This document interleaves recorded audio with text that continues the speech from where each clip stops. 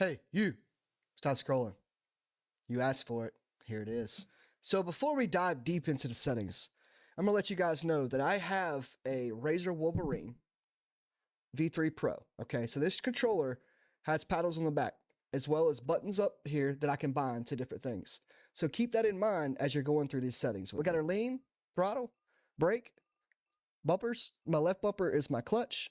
That's my front and back lean. My left and right lean. Rider lean tracking is disabled. My direct lean is on 80%. If you're newer to the game, start off at about 75% and work your way slowly up. I run combined brakes so our brakes don't lock up or we don't hit our front brakes and we, endo. So we'll go into our lean. Dead zone at 0. Now, if you have stick drift, you may want to change this. My linearity is 150%. I have smooth checked. My press is at 10. Release 13. My gain is at 88.5%. Now, what this does is, if you notice down at the bottom here, the little yellow bar, the more I turn this up, the more my controller, or the more it's going to fill up. So that allows me to completely be turned this as hard as I can and never actually completely tip the bike over. That helps me because I have a bad habit of twitching. So it kind of helps me keep my joystick control. Next, we'll go into the throttle settings. Dead zone at 0. Linearity at 100. I have smooth checked 0, 0. My gain's at 150%. That's that new tech. From here, we'll go into our brake settings. Once again, dead zone at 0. Linearity at 100. My gain's at 121.4%. Next step is our clutch. All right, dead zone at 0. Linearity at 100. 0, 0. 100% gain. Now we have our front and back lean. I have my dead zone at 10%. I probably should turn this down, but I'm going to leave it because it feels fine. I don't have smooth checked here, and my gain's at 100. Left and right lean, my dead zone's at 6%.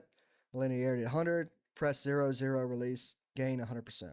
Now, my shift up and shift down, there again, I have paddles, so that's why I have them on paddles. The push bike, I hardly ever have to use it, so if I have to take my fingers off the joystick, it's not a big deal. My left stick button is my sit button, right? The track reset, I have that again on a paddle, just so I don't have to take my hands off the controller to reset my bike. You know, if you're in a race, you go down, you need to reset quick. My tab is my change view, but there again, it's binded to my controller. If I want to go in third person, these settings really aren't that important. I also have my right stick button bind to my tear off, for my tear off.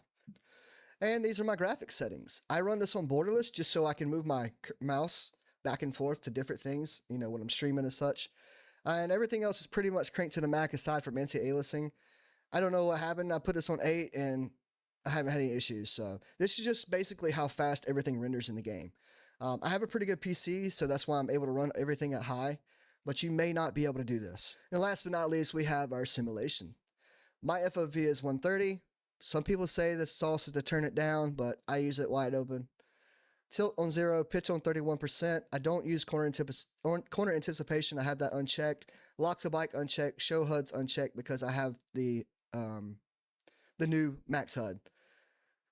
Show rider stand, and then the lock to bike, I don't have that turned on because I don't really play in third person a lot. Dynamic and follow bike. This is my distance, my height, my lateral offset. Turn off lean help as fast as you can. I don't use automatic shift. Shift help is turned off. Automatic clutch is on. Traction help off. Brake help is on, just so my brakes don't always lock up. Turn off the rider lean. All this. Automatic rider dabs, not really that big a deal. Just when the rider jumps in the air, he'll kick his leg off, you know. Automatic rider sit, turn that off because you want to be able to control when you sit and stand. It's very important in this game to sit and stand at the right time. And automatic tires change. That way, when you go into the pits, you hit the little refresh button, you automatically get new tires. Once again, guys, if you enjoyed this video, you want to see more content like this in the future, make sure you give it a thumbs up, hit the follow button, and share it with a friend.